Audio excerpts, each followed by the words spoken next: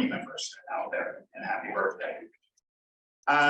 We will be having our second annual Juneteenth flag raising event. It is happening today at 1 o'clock outside the courthouse. As I mentioned before, June 19th, commonly referred to as Juneteenth, is the oldest known celebration of African American freedom. It honors the end of slavery in 1865 and was made a county employee holiday in 2020. The flag raising event will feature a reading of the Emancipation Proclamation and a recognition of the winners of the 2023 Art and Prose Freedom Contest. And we'll also kick off a weekend full of events throughout the county, including a porch performance at Pennymacker Mills about William Still, the prominent civil rights activist who coined the term Underground Railroad, a tour of Peter Wentz Farmstead, a national Underground Railroad network freedom site, and the home of Jack, an enslaved person who twice escaped from the market farmstead, and an exploration of free and once enslaved Black iron workers of Cumberland Forge at Pottsgrove Manor. There are many other events happening throughout the county this weekend, so please check them out. If you want to learn more about Juneteenth and events through the weekend, visit www.montgomerycountypa.gov/Juneteenth. Next, I want to ask for your help with another food drive to benefit the Montco Anti-Hunger Network. Through June 23rd, we are collecting non-perishable food items and other personal hygiene products through a new campaign called the Montgomery County Food Flame. The collections are being held at 6 county locations. Right here at 1 Montgomery Plaza in Norristown, our Human Services Center in Norristown, the Montgomery County Courthouse, the Willow Grove Annex, the Lansdale office, and our Pottstown office.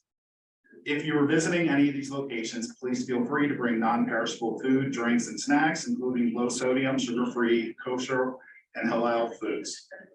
Diapers, dental products, toilet paper, paper towels, feminine, and other hygiene products are also needed. Please do not bring homemade items or items that have passed their expiration date or items in glass containers. They will not be accepted. And to find the addresses for these locations, please visit www.montco.gov/facilities. And next, I'm going to announce this month's Way to Go Montco winners. The Way to Go Montco program is open to all county employees, encouraging them to nominate their colleagues for going above and beyond. To date, more than 170 county employees have submitted nominations singing the praises of their coworkers.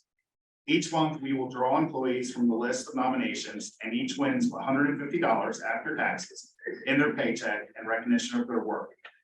I'm pleased to announce the following winners for June. Jamila Bostic, who works in our Office of Senior Services. Her submission says she manages her stressful caseload with top-tier effectiveness and the best attitude ever. Jamila is a reminder that we get nowhere without a good attitude and a good laugh. Next is Joanne Myers, who works in court administrations. Her submission says, Joanne can always be counted on to roll up her sleeves and do what is expected. She deserves a shout out for her dedication and hard work and for always doing the right thing. Next is Monique Johnson, who works in our correctional facility. Her submission says, Monique shows up every day with a pleasant attitude and never fails to demonstrate professionalism when things get tough. She's a pleasure to have on the team. Michelle Yost, who works in the tax claim bureau. She's our go-to person for everything from phones to computers and is always the first to volunteer for any project. And finally, Matthew Stiefel, a supervisor in the Board of Assessment Appeals. He is professional, courteous, and kind. It's been said that if you want to get something done, find the busiest person you can, and they will figure out a way to do it. Matt is that guy. So congratulations to all of our winners. We'll keep the nominations coming, and that will Commissioner Wenger. Great. Good morning, everyone. I want to bring to your attention that today is World Elder Abuse Awareness Day. As you may already know, elder abuse can include many things. Physical, emotional, sexual harm inflicted upon an older adult, their financial exploitation or neglect by people who are directly responsible for their care. It's really disturbing to think that any of these things could happen to our parents, grandparents, or others that we love and care about. But in the US alone, there are more than 500,000 reports of elder abuse each year, and millions more cases go unreported.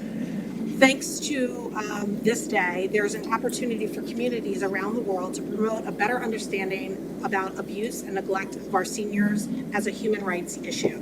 Montgomery County has over 221,000 older adults.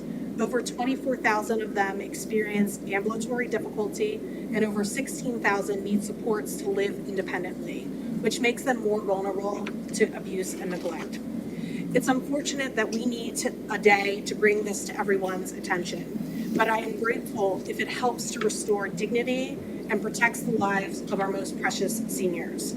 With the help of our wonderful Office of Senior Services, we celebrate and protect our seniors and do not tolerate elder abuse in any form.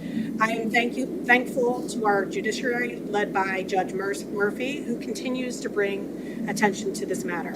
She is bringing together law enforcement and legal professionals who will collaborate with technology and financial professionals at an Elder Justice Roundtable tomorrow in an effort to combat some of these issues.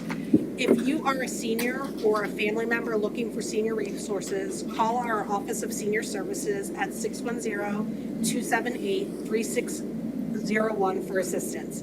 If you know of any older adult who you suspect is being abused, neglected, or if you are simply concerned about their well-being, please call the Protective Services Hotline at 800-734-2020. And that concludes my remarks. All right, we will now move on to announcements. We have one today, our opioid awareness poster contest winners.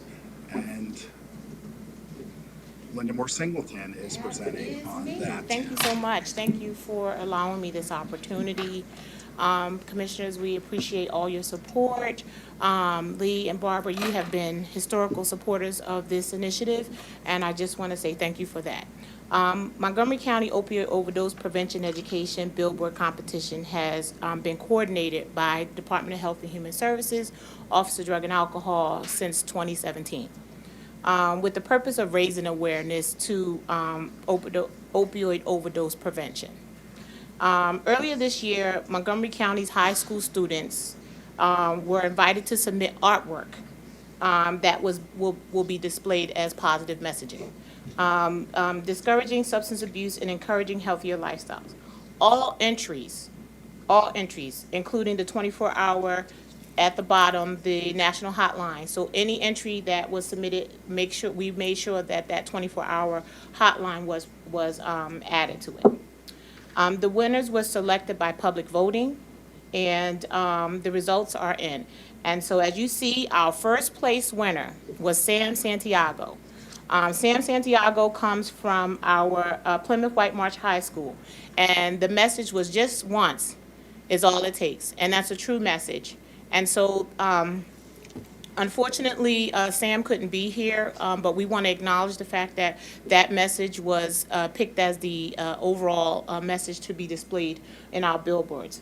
Our second place winner is Ziza Baranza, and that's also a 12th grader from the Plymouth White Marsh High School.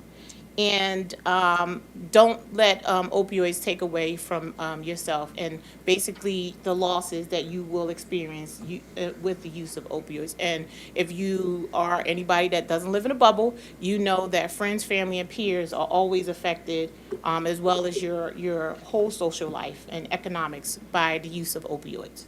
As well as I want to just acknowledge that we had a third place winner. And our third place winner was London Delirio from Gwyneth Mercy Academy High School. And this was really speaking to getting to the heart of the matter, no pun intended. It was just basically, which heart do you choose? And we know that if you are using substances, this is what your heart would look like versus a healthy heart. The winners would post their billboard would be posted on billboards. All these winners will be posted at some place. Now, the first place winner will be posted on billboards across Montgomery County in Norristown, Pottstown, King of Prussia, and Plymouth Meeting. The second place winner will be posted at the bus shelters. We just want to thank you, and we look forward to our competition next year. Thank you, Linda. I'm sorry if I missed it. How many submissions did we have this year? This year, it was, I want to say, at least over 100, Okay. which was hard to really pick these three. And how many different high schools did we have? We submitted to all the high schools, and I think it was a little bit under 12 submissions from different high schools. Yeah. Just thank you for your work and building awareness. Thank you. I appreciate that.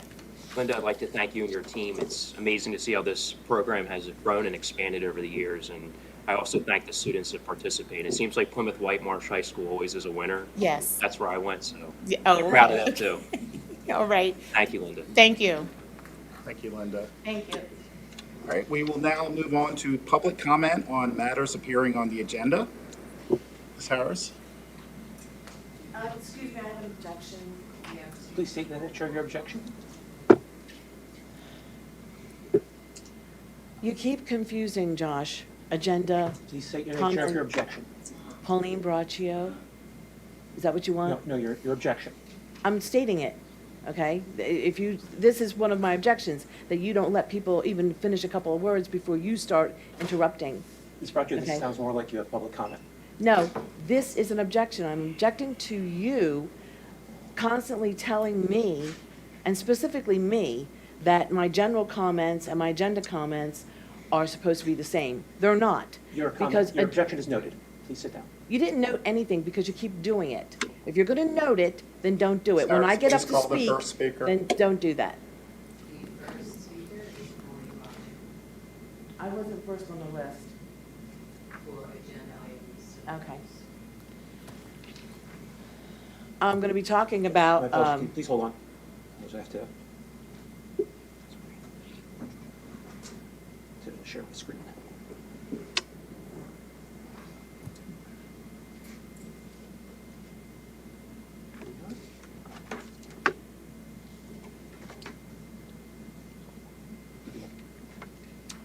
Pauline Braccio, Talmenson Township. I'm going to be talking about E and F, which is limited to 2 minutes.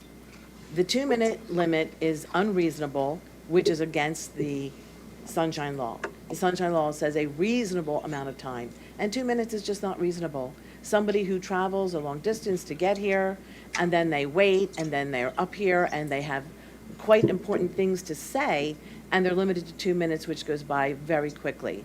So the 2-minute limit is ridiculous. And then when Josh is interrupting and taking up the time because he doesn't stop the clock, if you're going to interrupt somebody, you need to stop the clock, because 2 minutes isn't long enough as it is.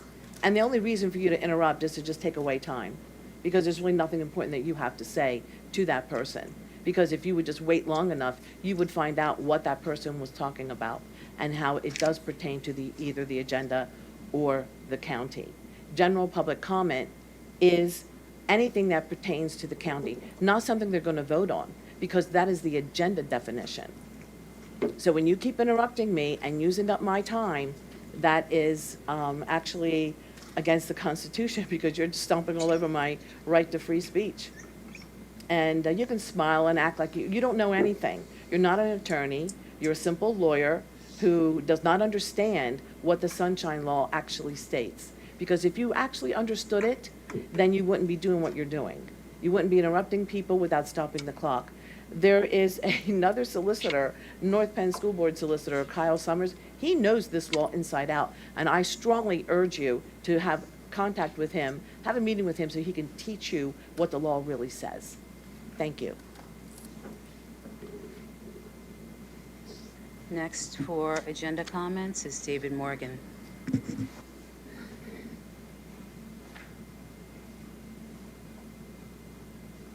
morning, I'm David Morgan from Ambler. I'd like to call your attention to the J1 item, tree removal. Trees are great assets, so please consider the plan, and if you really need to, because of some kind of driveway work, whatever, to have a replanting plan, because I was just talking with somebody how they really help each facility, they help good outlook for the youth going there. Then the next one is K1, which is across the page. It's 1.3 million for file digitizing. Maybe 100,000 might be good enough, because I know some places have lost records in storms, but it seems you're already having construction on a new archival center, so this is an additional 1.3 million.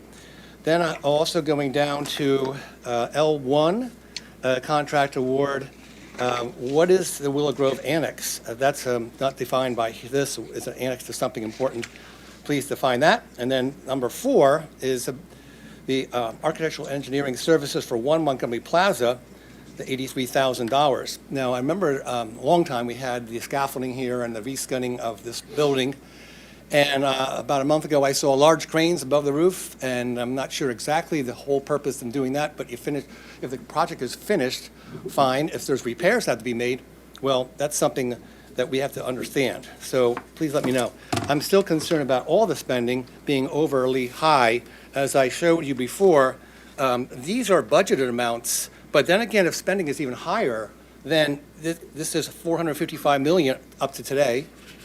If you take the overspending of $181 million on August 19th of 2021, and then I went ahead and saw the future up to 2027 gives us $662 million spending on this county campus plan. So it seems that these figures really need to be justified.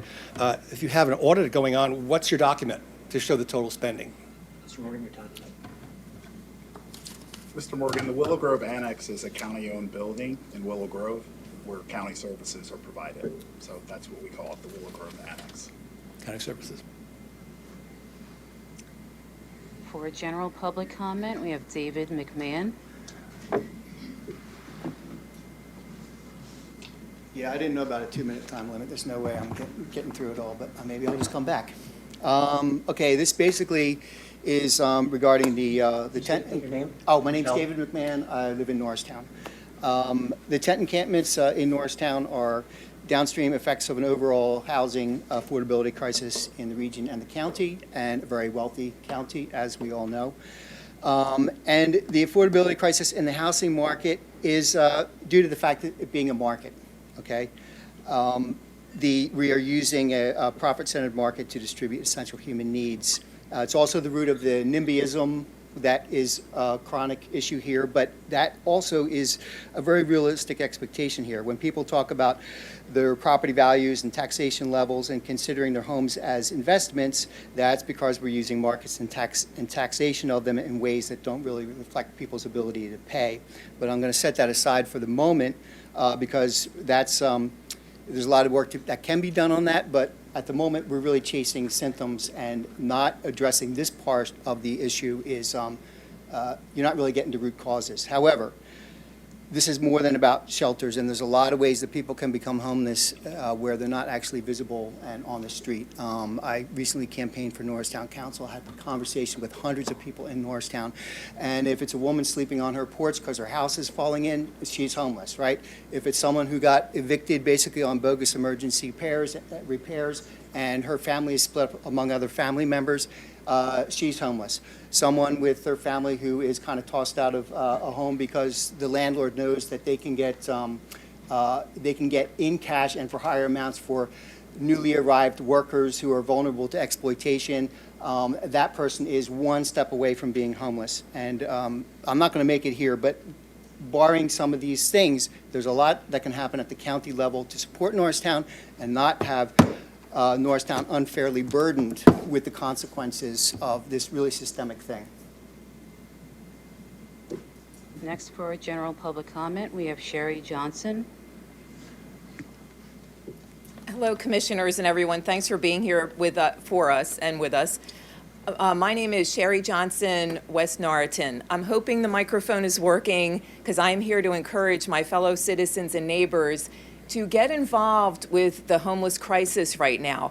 We need support from the neighbors. Everybody's trying to do their best here on the panel, I'm sure, but you need our support as citizens. I've learned that just talking with some of you through Zoom. Commissioner Lawrence was nice enough to do a Zoom meeting with me, and also Joe Gale was very supportive, helping with this situation. Please volunteer at the hospitality center, because there you're not just helping the homeless, but you're also getting to know the homeless. And that's where my neighbors are not, the NIMBY situation is showing up. My neighbors are not understanding the homeless themselves. In every population, there's going to be good people, bad people, sick people, healthy people. The people I have met, most of them that come into our shelter are disabled people. Some of them are mentally disabled or physically disabled. They cannot get jobs. They need help. They need the help of our entire community. So I'm here to ask the public, get involved. It's one of the places you can volunteer is our hospitality center. Also, Commissioner Lawrence, I know we tried to have a meeting about the pallet house, possibly a solution. If we could try to set that up again with palletshelter.com, I would appreciate that. You and Dr. Williams were very nice to try to have that meeting with me. I think it was in April. And it just didn't work out. We had to change the time and everything. So please consider, redoing that meeting, because we need ideas, from everyone, including my neighbors. Let's get ideas together to help our homeless and get the help they need. Thank you. Next for general public comment, we have Pauline Braccio.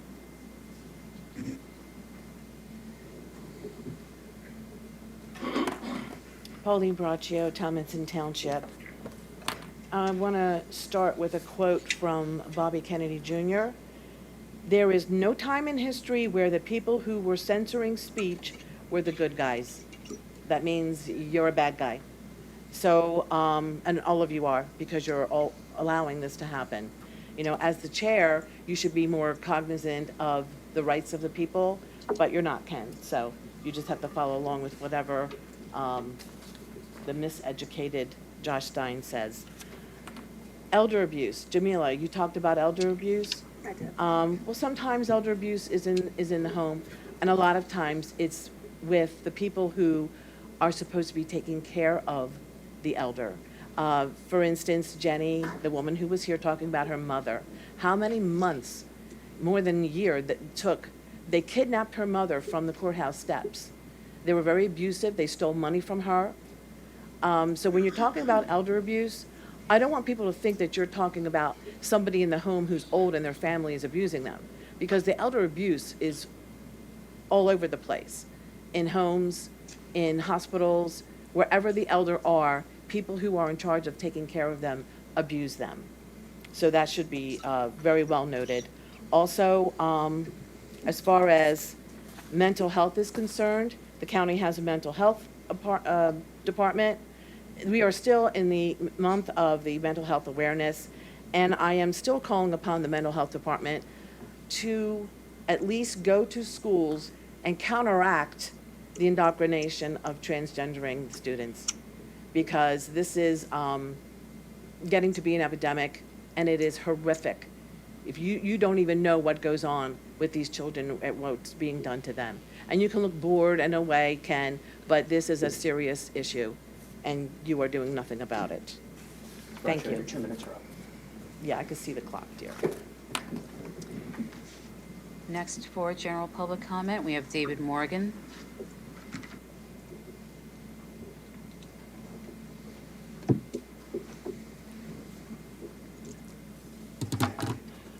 I'd like to speak about Father's Day coming up this Sunday. Fathers have a big role, an exciting role in family development, and I find that one of the problems lately as we grow as men is communication, and loneliness is a big problem cited by our Surgeon General. So how do we maybe look into ways of helping? Might be good to have maybe a panel discussion, fathers who are committed to their families, who can speak about things that have motivated them. In the Bible, it says that it's not good for men to be alone, and women have come into the world to have family creation and companionship. So I think the young ultimate fathers should be learning about being kind, chaste, respectful to women, and communicative. I think also the Montco Mamas program could be embellished by having contact with the Montco Papas in our area, and how role models can really help the whole society. Because I know it can be really challenging as a woman bringing up children. I saw a woman do really well today.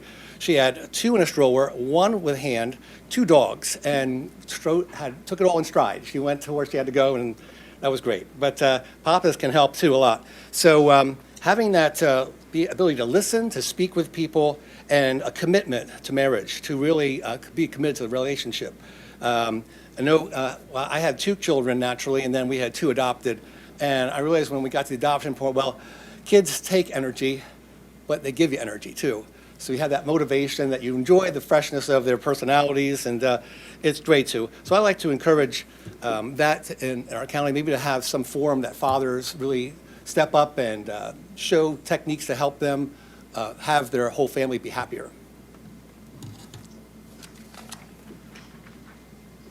We have several people for public comment virtually.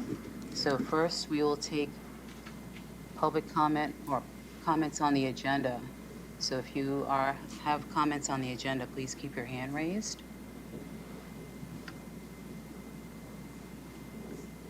Okay. The first person that we have for agenda comments is Deb Spence. Deb, you can unmute. Good morning. My name is Deb Spence, and I'm from Pottstown. Thank you, Commissioner Lawrence, Commissioner Winder, for your dedication to doing this work. I know it can be extremely difficult at times. However, my comment on the agenda with the land bank study, I like to, for you all or whoever is doing the study, to keep in mind that there is a Jumpstart Pottstown program and a Jumpstart Norristown program. And those programs are trained individuals that are everyday folk that will love to remove the blight in their community, also solve the homeless problem and the affordable housing problem at the same time. There is not one person that's a one-woman show. There are many individuals that's been doing this work many decades, especially those on the margins that are looking to empower themselves and not look for anything that is considered a quote-unquote handout. So those that are doing that feasibility study for the land bank, I like for them to keep that in mind, that there are individuals, there are groups and organizations that would love to be included in the land bank process without having so many barriers to entry, to use that as a program to solve affordable housing, homeless, unhousing problems, not only in just Pottstown and Norristown, which Pottstown has the bulk of it, but in all areas in Montgomery County. And I thank you, Commissioner Winder and Lawrence, for your dedication, your support, and your love of Pottstown. Really appreciate you all. Thank you so much. Next, we have Jean White. Jean, you can unmute. Hi, this is Jean White, Montgomery Township. Why can we not download current campaign finance reports from the montcopa.gov website? We are forced to open a voter services voter record request with an imposed 10-day extension by voter services to respond. This is voter and opposing candidate disenfranchisement. The last time campaign finance reports were posted on the montcopa.gov website for download was 2019. This is outrageous. We have a right to verify where our candidates are getting money from. I placed a call to voter services for records for every row office candidate, and I received only 3 of the 9 candidates' primary 2023 cycle report in return. I did receive the Commissioner's Cycle 2 reports via email. So now I have to open another voter service record request with a 10-day extension window in order to inquire if the other reports were accidentally omitted or not submitted by the candidates. This is outrageous to the public's and opposing candidates' right to election information required by law for the candidates to submit. I was told by voter services there is no planned project to fix this issue. Why are you putting these obstacles in the voters and opposing candidates' way? You have a website, so purchase the application to allow uploads by CFRs by voter services and download by the taxpayers. It is our right to have current election CFR information in a timely fashion. Thank you. Ms. Harris, can you ask Ms. White for her information in the chat, or get a message, get some contact information for her, please. Thank you.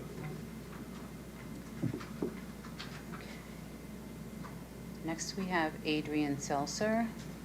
Adrian, you can unmute. Thank you. Adrian Seltzer, Lower Merion. Thank you for allowing me the time to speak. I wanted to agree with the person about having the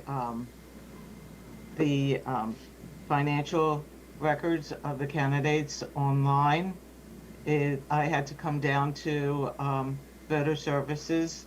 They're lovely there. But it took like a whole morning of my time, and having it online like the state does would be very nice.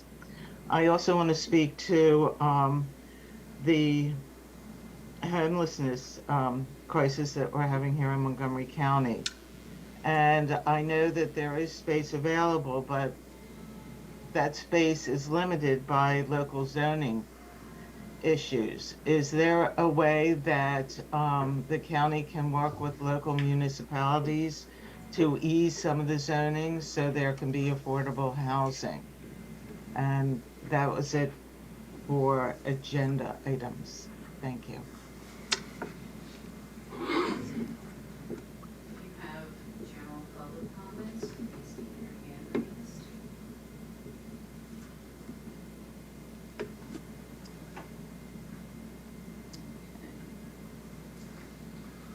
First, we have Adrian Seltzer again.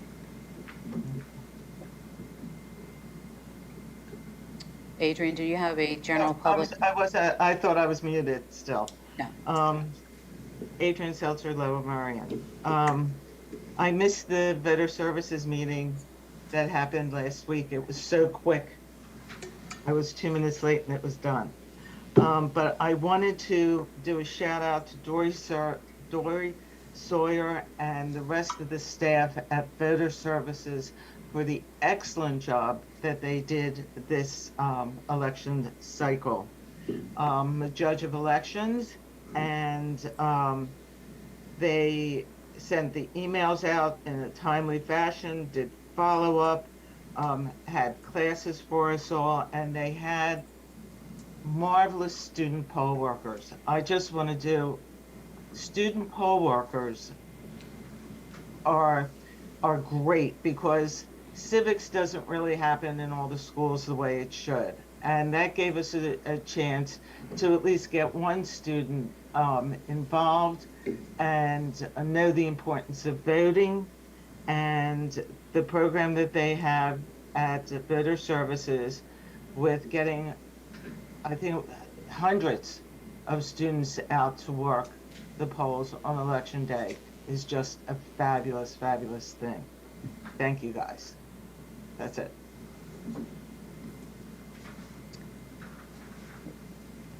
Next, we have Deb Spence. Yes, Deb Spence, Pottstown. I'd like to again thank Commissioner Winder, Commissioner Lawrence on their dedication to Pottstown and its economic recovery. I appreciate the fact that you all come out and walk the community, taking tours, spoke to business owners, even came out and counted the homeless, and see how we are struggling financially as a community. It is really difficult to revitalize a community when you have people that are sleeping on the dirt. And I appreciate that the task force is set aside to address those issues. But I also like to make note that, again, homelessness didn't just come about because there was a storm a few years ago. This has been an ongoing issue that's been around for decades. Majority of homeless are African Americans. And that's because African Americans and those on the margins are not receiving a livable wage. There's discrimination in all aspects of institutions, from school system to banking system and more. And I like to see us address that instead of worrying about the trash that's on the ground. Because if we address all of those institutional issues that affect those that become homeless, then we can have services as far as trash pickup in their new, lovely, beautiful home. That's affordable because they have a living wage and they can pay for those. So I like the direction to focus more on the root of our issues and less on, again, trash pickup that a lot of people wish to talk about. But if you're living on the dirt, there's no trash pickup in your community. Again, thank you so much for the time. I appreciate it. Next, we have Marlene Laska. Marlene, you can unmute. Yes. This Marlene Laska from Oaks Precinct, Upper Providence Township. My husband and I were looking at the county website and saw that the youth center maintains a 12-bed non-secure shelter program. However, this description states the shelter is usually reserved for juveniles charged with a minor delinquency act or dependency issues such as runaway, ungovernable, and truant behavior. It then states the shelter also serves as a safe haven for teenagers who are in need of a safe place to stay when foster care is not immediately available. We were shocked to see that delinquents are being housed with those kids just needing foster care. Basically, you're housing good kids with bad kids, and this is very irresponsible. My father grew up in foster care, so we are very sensitive to the needs of foster kids. We understand that there are limited resources, but when millions are being spent for a questionable building upgrade, it makes one question whether the right priorities are being applied. Also, we question whether 12 beds are really enough. Once there are 12 residents, it states in the description that once there are 12 residents in-house, admissions to the shelter are closed until opening occurs. We would like to follow up on how many months admissions to the shelters are closed. Thank you.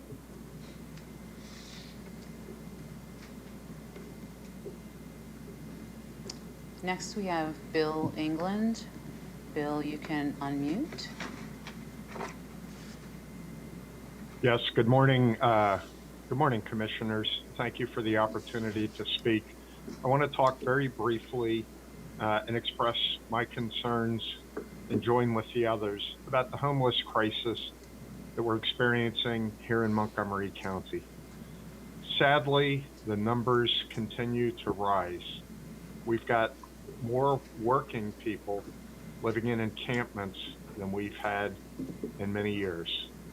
I'm also very concerned about inflammatory rhetoric in the way persons who are unhoused are being referred to, and the spreading of ideas of removing people, putting them on buses and sending them somewhere else.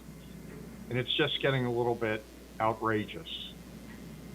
The people who are living outside are human beings, and we need to all remember that and to do what we can.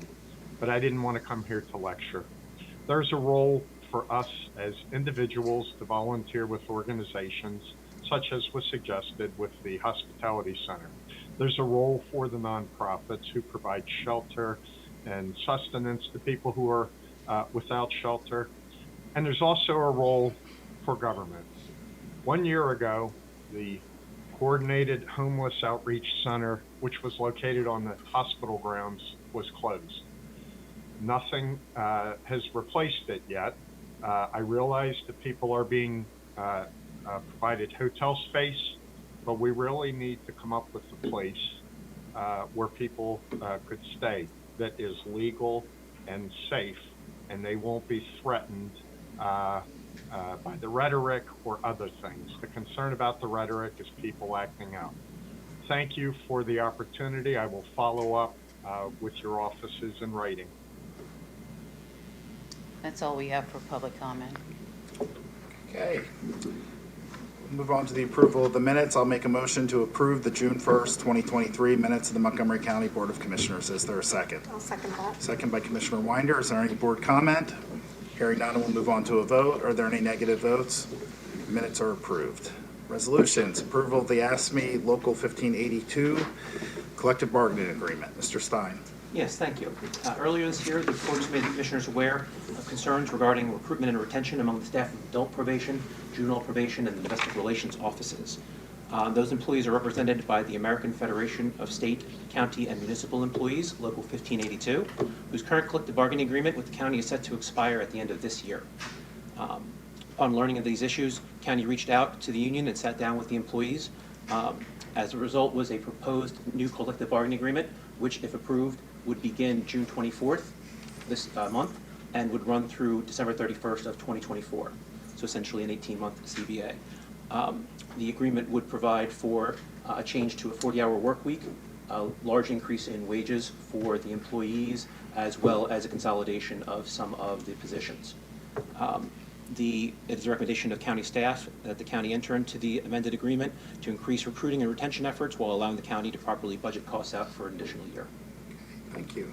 I will make a motion that the proper county officials, in accordance with the authority conferred by law, subject to the approval of the county solicitor, hereby approve an agreement between the County of Montgomery and the American Federation of State, County, and Municipal Employees, Local 1582, which shall begin on June 24th, 2023, and end on December 31st, 2024, covering all employees within the collective bargaining unit represented by AFSCME Local 1582. Is there a second? I'll second that. Second by Commissioner Winder.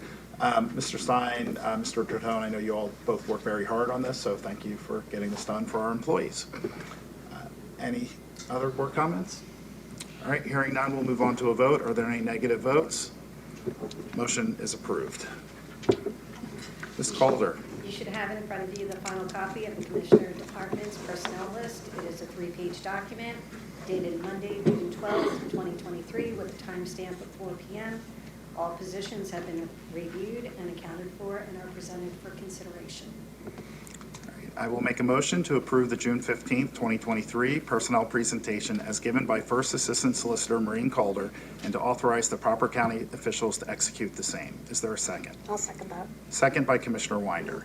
I do want to comment that on this list, I'm pleased to announce that we have hired Christine Laura as our new Chief of the County Public Defender Office. When the Commissioner's Office created the Public Defender Advisory Board last year, their first charge was to find a leader for the Public Defender's Office and a champion for the rights of indigent clients. I want to thank the members of the Public Defender Advisory Board and their chair, Professor Paul Heaton, for dedicating their time and expertise. The board evaluated and interviewed multiple highly qualified attorneys for this position and sent us 3 finalists. Christine is a Montgomery County native and served as a senior trial attorney for the Defender Association of Philadelphia for 8 years, where she represented hundreds of clients facing criminal charges. She spent the last few years in private practice, but is returning to her public calling. I also want to take a moment to publicly thank Greg Nestor and Carol Sweeney for leading the office as co-chief public defenders for the past 3 years.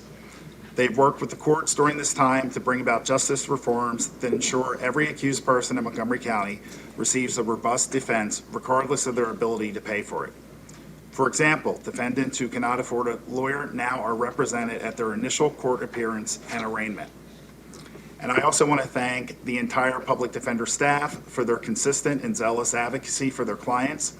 I know under Defender Laura's leadership with our dedicated staff and the continued input of the Public Defender Advisory Board, Montgomery County will be a model for indigent defense.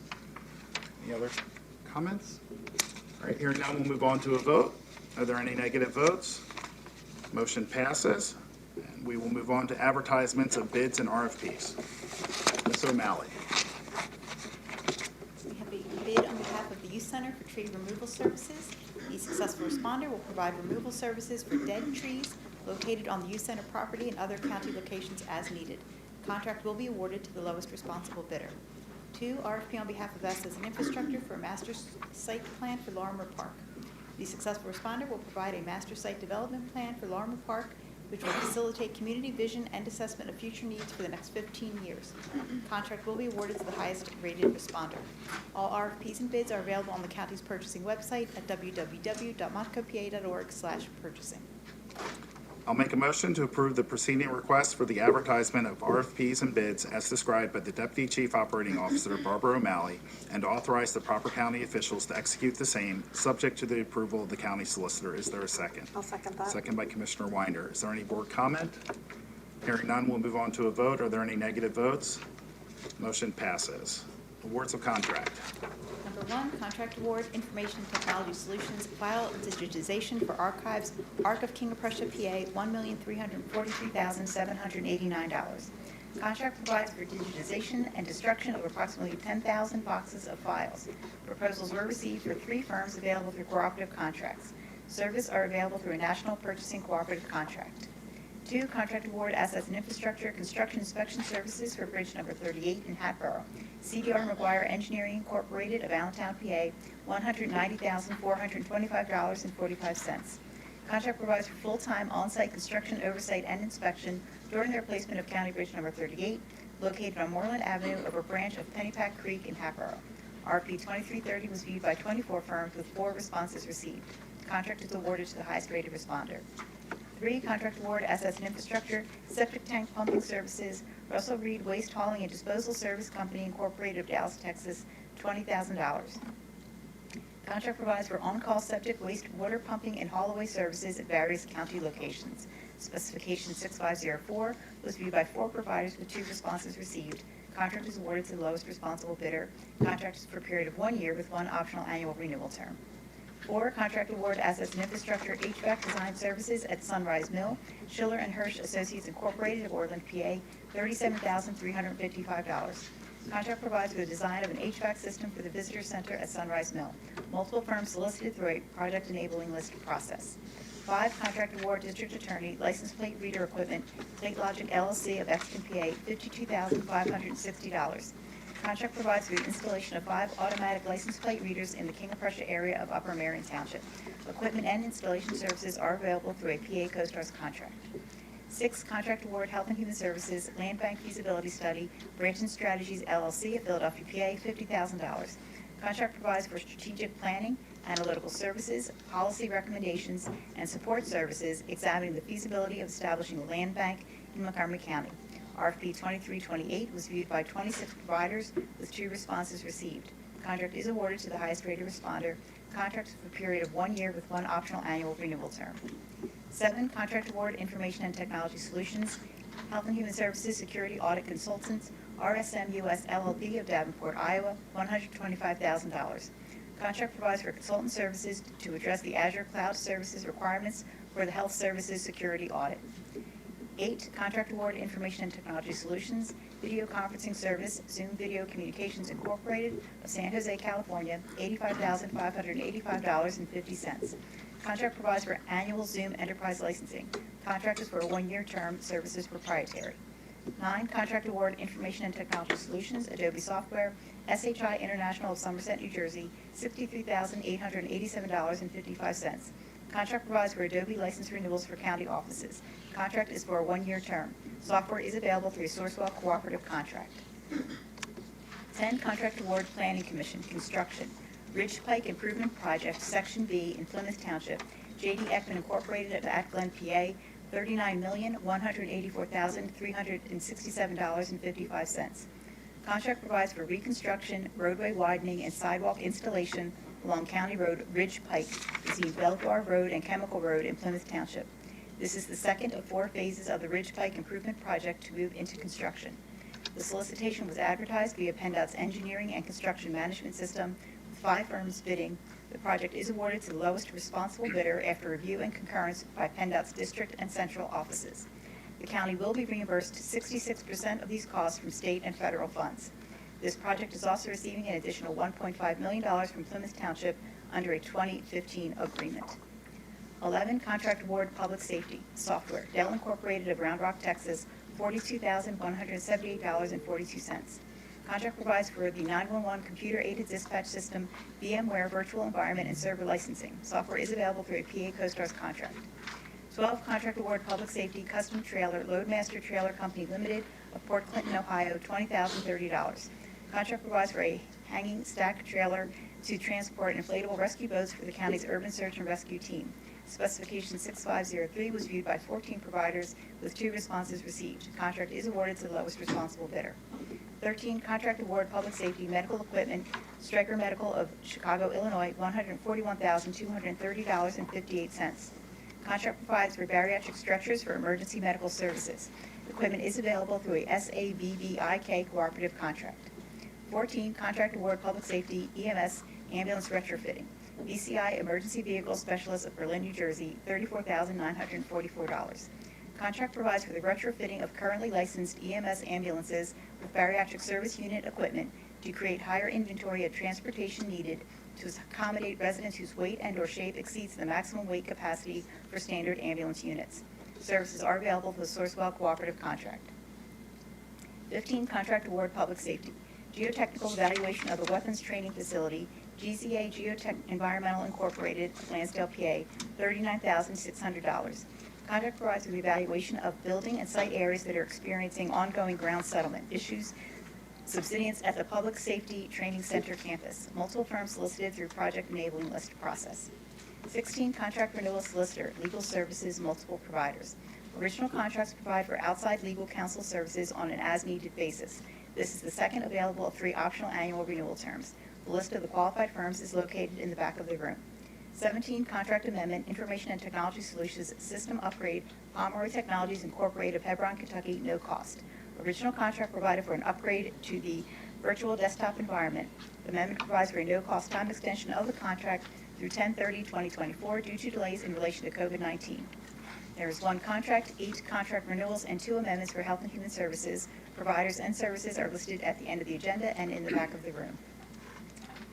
I will make a motion to approve the preceding awards of contract as described by the Deputy Chief Operating Officer, Barbara O'Malley, and to authorize the proper county officials to execute the same, subject to the approval of the county solicitor. Is there a second? I'll second that. Second by Commissioner Winder. Is there any board comment? Hearing none, we'll move on to a vote. Are there any negative votes? Motion passes. Major construction projects. Number 1, contract award assets and infrastructure construction management services for renovation of the Willow Grove Annex Building, Skanska USA Building Incorporated of Parsippany, New Jersey, $968,880. Contract provides for construction management advisory services for the renovation and rehabilitation of the county-owned Willow Grove Annex Building. RFP 2326 was viewed by 24 firms with 3 responses received. Contract is awarded to the highest rated responder. 2, contract award assets and infrastructure engineering services for renovation of the Willow Grove Annex Building, Noor of Philadelphia, $721,215. Contract provides for architectural and engineering services for the renovation and rehabilitation of the county-owned Willow Grove Annex Building. RFP 2325 was viewed by 61 firms with 9 responses received. Contract is awarded to the highest rated responder. 3, contract award assets and infrastructure moving services for archives. Olympia Moving and Storage of Wavertown, Massachusetts, $166,865. Contract provides for moving services to relocate the existing archives facility on Old Arch Road in Norristown to the new archives facility at the Montgomery County Emergency Operations Campus. RFP 2332 was viewed by 18 providers with 6 responses received. Contract is awarded to the highest rated responder. 4, contract award architectural and engineering services for 1 Montgomery Plaza, Noor of Philadelphia, $83,000. Contract provides for renovation of swing space in 1 Montgomery Plaza for use by various judges for monetary and domestic relations during Justice Center construction. Multiple firms solicited through the project enabling list. 5, contract amendment Coroner's Building Furniture. Kirshner Office Furniture of King of Prussia, PA, $11,429.20. Original contract provided for furniture and installation services at the new Coroner's Building on the Emergency Operations Center campus. Amendment provides for updates to original proposal for required items to complete project and storage fees incurred due to building construction being incomplete. Okay, I will make a motion to approve the preceding awards of contract as described by the Deputy Chief Operating Officer, Barbara O'Malley, and to authorize the proper county officials to execute the same, subject to the approval of the county solicitor. Is there a second? I'll second that. Second by Commissioner Winder. Any board comment? Hearing none, we'll move on to a vote. Are there any negative votes? I'm a negative vote. Okay, motion passes 2-1. Awards of contract, Southeast PA Regional Task Force. Number 1, contract award mobile data terminal upgrade, Metropolitan Communications Incorporated of Eddystone, PA, $46,398.32. Contract provides for a mobile data terminal equipment upgrade for Delaware County. Equipment is available through a PA CoStarz contract. 2, contract award vehicle upfitting services, Avis Incorporated of Warminster, PA, $33,683.07. Contract provides for vehicle upfitting services for the Philadelphia Police Department Bomb Disposal Unit. Services are available through a PA CoStarz contract. I'll make a motion to approve the preceding awards of contract on behalf of the Southeast PA Regional Task Force as described by the Deputy Chief Operating Officer Barbara O'Malley, and to authorize the proper county officials to execute the same, subject to the approval of the county solicitor. Is there a second? I'll second that. Second by Commissioner Winder. Any board comment? Hearing none, we'll move on to a vote. Are there any negative votes? Motion passes. Any closing commissioner comments? I will announce that our next Board of Commissioners meeting will be June 29th, 2023, and I'll make a motion to adjourn the June 15th, 2023 meeting of the Montgomery County Board of Commissioners. Is there a second? I'll second that. Second by Commissioner Winder. Any board comment? Hearing none, we'll move on to a vote. Are there any negative votes?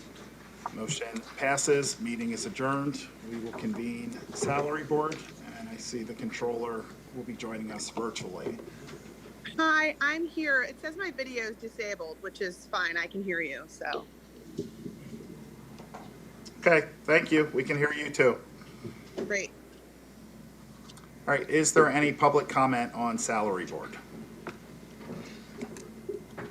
All right, Ms. Calder. Thank you. Good morning, members of Salary Board. You should have in front of you the final copy of the Salary Board list. It is a 3-page document dated Wednesday, June 14th, 2023, with a timestamp of 9:30 a.m. Of note, we have 2 employees retiring from the office of the treasurer after 29 years of service, Geralyn Gaudio and Elizabeth Kincaid. All positions have been reviewed and accounted for and are presented for Salary Board consideration. I will make a motion to approve the June 15th, 2023 Salary Board presentation as given by the First Assistant Solicitor, Maureen Calder, and to authorize the proper county officials to execute the same. Is there a second?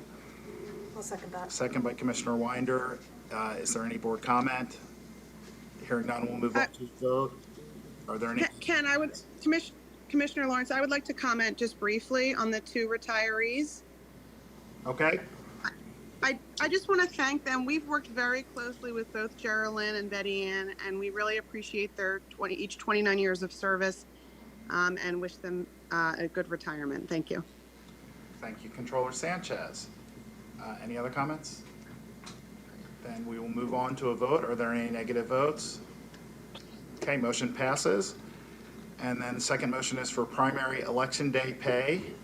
I will make a motion that Montgomery County will provide 2023 primary election supplemental pay to employees as outlined in the exhibit. Is there a second?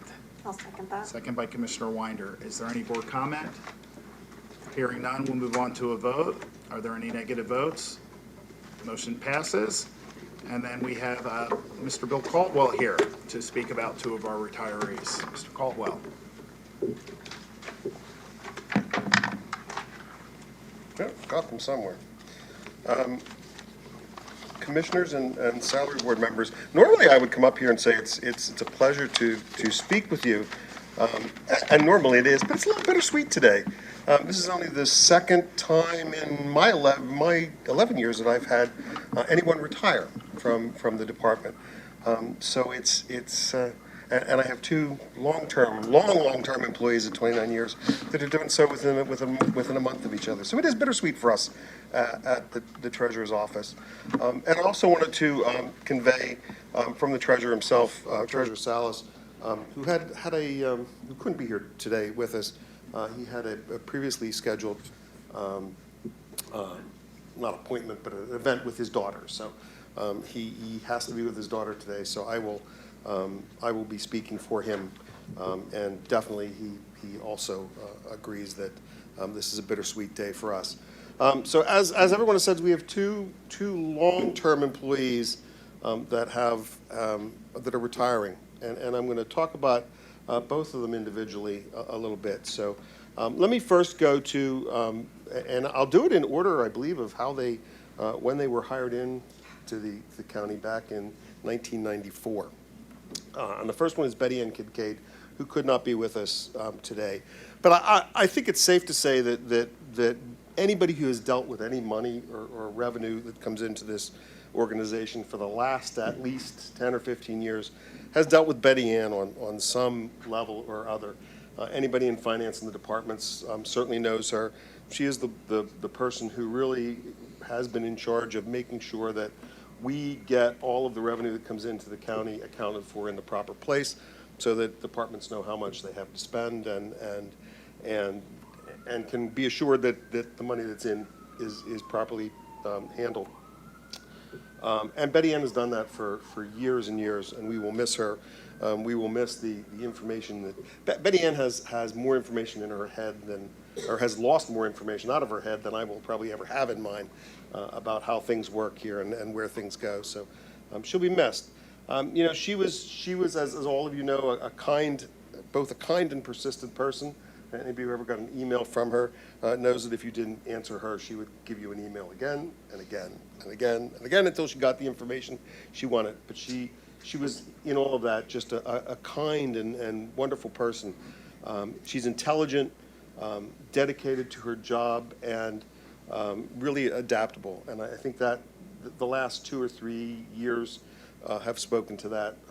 And they've spoken to that with lots of people, but with Betty Ann and in particular, who really helped us get through the transition from our old accounting system into our new one, and do it as flawlessly as we could do it, and with as little fuss as we could.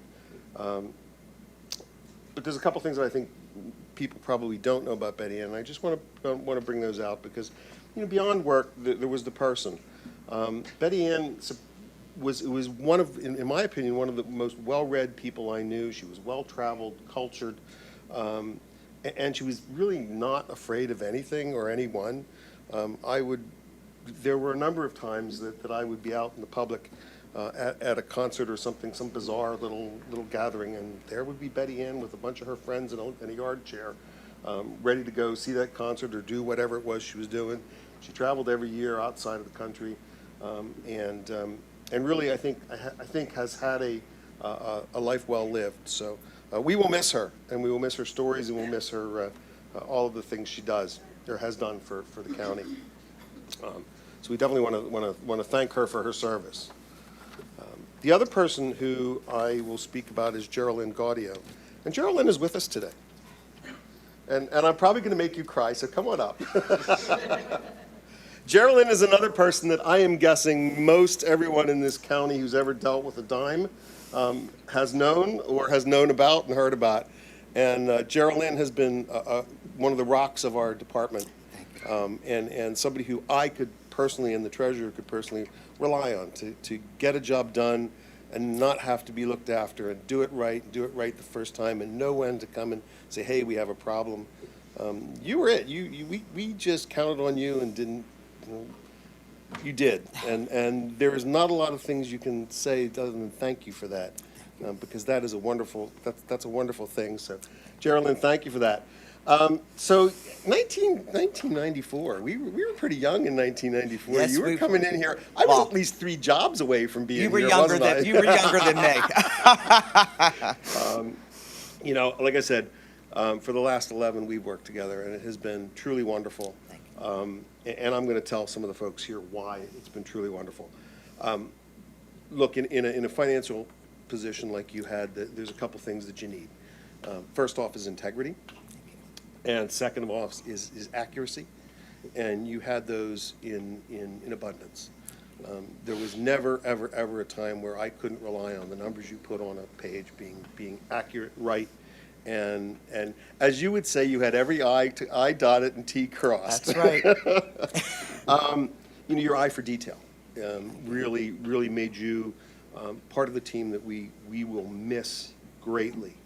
You understood how to put documentation together. I, again, could rely on everything that you did being absolutely auditable the day after it was done. And again, for the county, that's a huge thing when you've got employees that you know you can rely on to make it transparent and do it every day consistently. That really was important to us. And you know, I think the other thing that people need to know about you is that every day you got a little bit of chaos on your desk.